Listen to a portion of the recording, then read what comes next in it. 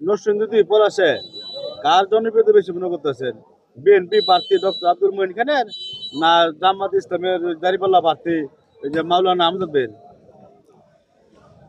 হ্যাঁ, আসসালামু আলাইকুম। নরসিংদী ২ আসন পলাশ উপজেলা। এখানে নির্বাচনের প্রচারণার মধ্যে তিনজন প্রার্থী। এখানে বিএনপি থেকে ডক্টর আব্দুল মহিন খান, এনসিপির মধ্যে সরোয়ার তুষার ভাই এবং জামাত ইসলাম থেকে আমজাদ ভাই। এখানে তিনজন প্রার্থী খুব হেভি প্রার্থী। ওরা তিনজন মোটামুটি ভালো কাজ করতেছে।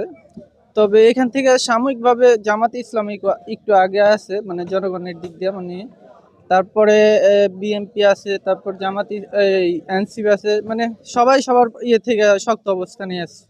মানে আমার মতে আমি যা মনে করি আর কি। মানে আপনার মতে মানে কাকে মনে করতে বেশি আমি আছে জনপ্রিয়তা? মনে করি জামাত ইসলাম একটু আগে আছে। আগে আছে না? হ্যাঁ, কারণ বুদ্ধিমন্ত ইনশাল্লাহ নাকি? ইনশাল্লাহ দেখা